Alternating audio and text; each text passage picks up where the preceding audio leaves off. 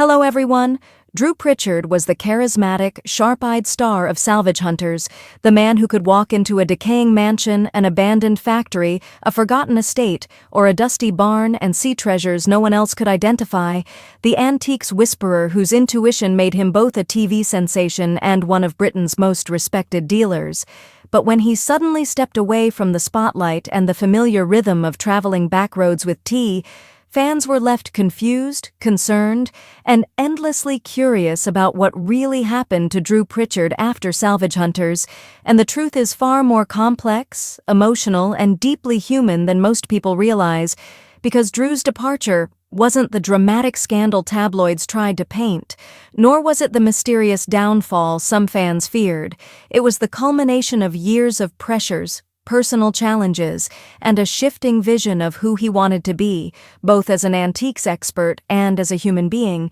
And to understand the road he took after the show, you first have to understand the world Drew built for himself long before cameras ever arrived. The obsessive dedication to craftsmanship, the relentless travel, the sleepless nights spent studying histories of objects most people would overlook, because Drew wasn't just a dealer, he was a historian in denim, a restorer with the instincts of an artist, and a man who quietly carried the weight of every piece he rescued. But as the fame grew and the workload piled higher, cracks began to appear behind the scenes. Not catastrophic cracks, but the slow, grinding exhaustion that comes from years of filming, negotiating, driving hundreds of miles a week, and trying to keep a business running while also being the face of a constantly expanding franchise. And people often forget that Salvage Hunters wasn't just a show, it was a lifestyle, a commitment that demanded Drew be on at all times. Yet Drew Pritchard is not that kind of man. He's not a celebrity by nature,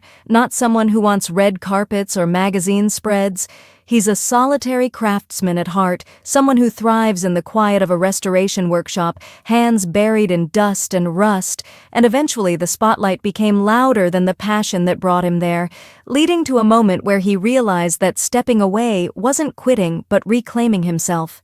And after leaving the show, Drew didn't disappear. He recalibrated, shifted his energy back into his private world, pouring himself into smaller, more personal projects that reminded him why he fell in love with salvaging in the first place, spending months at a time restoring architectural pieces from centuries past, items too rare and too fragile for the rushed pace of television.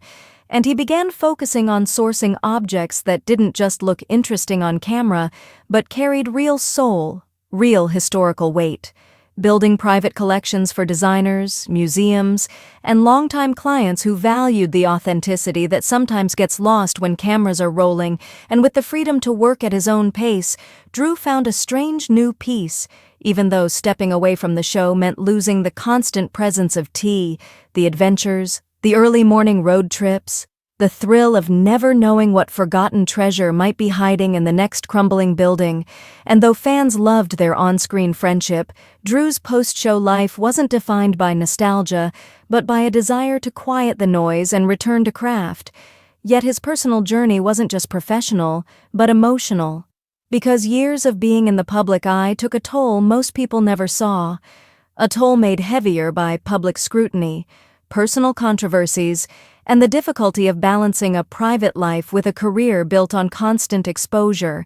And stepping back gave him the space to mend, to breathe, to rebuild parts of himself that had been stretched thin. And as he immersed himself in restoration, Drew also began mentoring younger restorers, sharing knowledge that took decades to accumulate, becoming a quiet guiding force in the antiques world rather than its loudest figure. And friends say that this period of his life brought him something he had been missing for years, a sense of belonging not to a TV network or a public persona, but to his craft, to the objects that had always been his refuge. And although rumors spread online claiming Drew had retired completely or vanished into obscurity, The truth is that he simply shifted his focus to a world less visible, working on high-end private commissions, curating rare architectural pieces, and occasionally appearing at industry shows and exhibitions, feeding the part of himself that thrives on the hunt, the thrill of discovery, without the constant lens of a camera dictating his every move,